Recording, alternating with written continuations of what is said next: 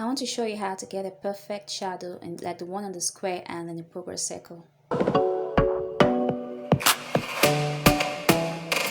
Okay, so let's get right into it. I'll just draw a square. Then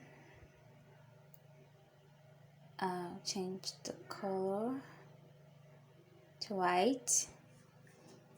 Then let's go right ahead and add our shadow. So that's the default shadow, and it's very basic and doesn't look too good. So what I do is when I'm modifying, I make sure I keep my X and spread at 0. Then my Y and my blur. For Y I put 25, for blur I put 35, 37. Those are my go-to values for a perfect shadow. Perfect. So I'm going to add a shadow to the progress circle. So my go-to value for Y is 25. My go-to value for the blur is 37. It's always been perfect.